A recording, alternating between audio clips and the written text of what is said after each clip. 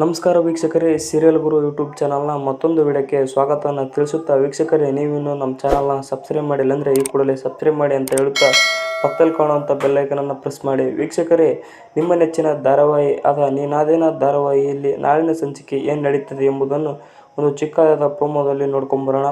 ವೀಕ್ಷಕರೇ, ವೇದ ಎಂಥ ರೀತಿಯ ಪೂಜೆ ಮತ್ತು ಪುನಸ್ಕಾರ ಮಾಡಿದರೂ ಎಚ್ಚರಗೊಳ್ತಿರಲ್ಲ. ನಂತರ ವಿಕ್ರಮ್ ವರದಾ ನದಿ ಹತ್ರ ಬಂದು ಬೇತಾಳ ಬೇತಾಳ ಅಂತ ಕೂಗ್ತಾನೆ. ಆಗ ಆಕೆಯ ದೇಹದಲ್ಲಿ ಸಂಚಲನ ಶುರು ಆಗುತ್ತೆ.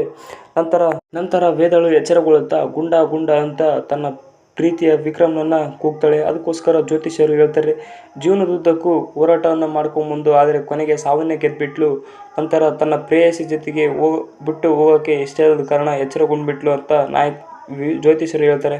ನಂತರ ವಿಕ್ರಮ್ ಹೇಳ್ತಾನೆ, ಇಲ್ಲ ನಾಯಕರೇ, ನಾನು ಸಾಯುವಷ್ಟು ಪ್ರೀತಿಸಿದೆ, ಏನು ಮಾಡಬೇಕು, ಈಕೆ ಇಲ್ಲದೆ ಪ್ರಪಂಚನೇ ಇಲ್ಲ ರೀತಿಯಲ್ಲಿ ನಾನು ಈಕೆನ ಪ್ರೀತಿಸಿದೆ, ಹಾಗೆ ಏನು ಮಾಡಬೇಕು, ಈಕೆ ನನ್ನ ಬಿಟ್ಟೇ ಹೋಗ್ಬಿಟ್ಲಲ್ಲ ಅಂತ ಹೇಳ್ತಾರೆ. ನಂತರ ಜ್ಯೋತಿಷ್ಯರು ಹೇಳ್ತಾರೆ, ಯಮನ್ ಪಾಶನಕ್ಕಿಂತ ಜೀವನ್ ಪಾಶನ ಈಕೆಗೆ ಹೆಚ್ಚು, ಅದಕ್ಕೋಸ್ಕರ ಈಕೆ ಎಚ್ಚರಗೊದ್ಬಿಟ್ಲು ಅಂತಂದು ಹೇಳ್ತಾರೆ. ವೀಕ್ಷಕರ ಮುಂದಿನ ಸಂಚಿಕೆಯಲ್ಲಿ ಏನು ನಡೀತಿದೆ ನೆಕ್ಸ್ಟ್ ವಿಡಿಯೋದಲ್ಲಿ ನೋಡೋಣ.